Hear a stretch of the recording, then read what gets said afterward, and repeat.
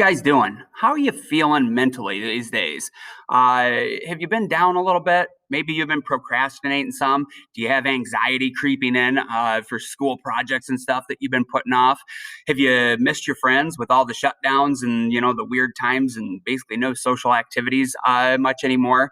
Is that kind of kicking in and just beating you up and weighing on you? Have you spent too much time with your family, the closest people in your inner circle, your parents, your siblings? Are you getting on each other's nerves and is there tension on the home front? Well, if the answer to any of those things is yes, know that you're not alone. I've been feeling some of that too, and I think millions and millions of Americans are feeling that way. All of those things like anxiety, depression, just overall like poor mood have been trending up in America really for the last decade or more. My hunch is that this last year, with the shutdowns and just the weird times and just the total disruption to our normal routines, that's going to be a catalyst and make things even worse. It's going to be a huge spike in it once that data really starts to roll out and we can analyze it and look at it.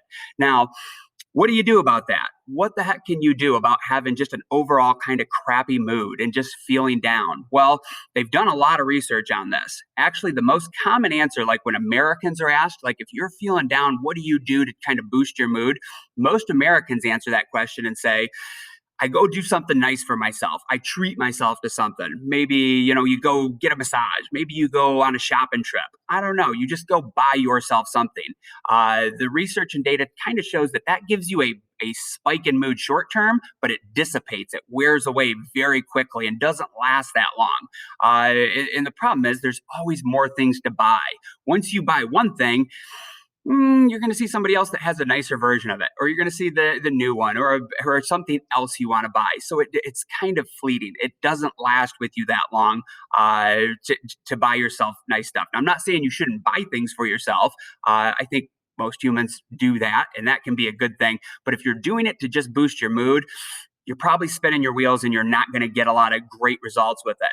Now, they've pulled other countries around the world and asked them that same question. When your mood's down, what do you do to boost your mood? And interestingly, a lot of people in other places around the world say they do something nice for somebody else, that they don't treat themselves, they treat somebody else to something that is nice, kind of random, unexpected. The research and data strongly shows and supports that actually doing something nice for somebody else has a more lasting impact on your overall mood. So it's very important that after my video, you go and tune into the YouTube clip. It's only about 5 minutes long where they go over some of this research and data. And it's titled like The Selfish Acts of Kindness or something. So it sounds kind of counterintuitive, but it's how you can boost your own mood by being kind to other people. I think that's a pretty interesting concept. And I hope that starts to catch on more because I can see where that's a win-win. If you're doing more nice things for other people, well, that's nice for them. And if it benefits you in the long run too, hey, if everybody bought into that, we'd probably have a better world. Remember that humans at our core are we're social apes. Now, whether you think we evolved or whether you think God created us, that's really unimportant. But know that our closest relatives on planet Earth that are not human are like gorillas, bonobos, chimpanzees. All of those great apes are social animals. They all live in communities. They all depend on each other. That's an important. If you take one chimpanzee out and put him in a cage all by himself, they get really depressed. They die much sooner. They have all kinds of problems. If you take a human in prison and they get in trouble a lot, what's the worst punishment they can do? Because in American prisons, we don't torture you or anything.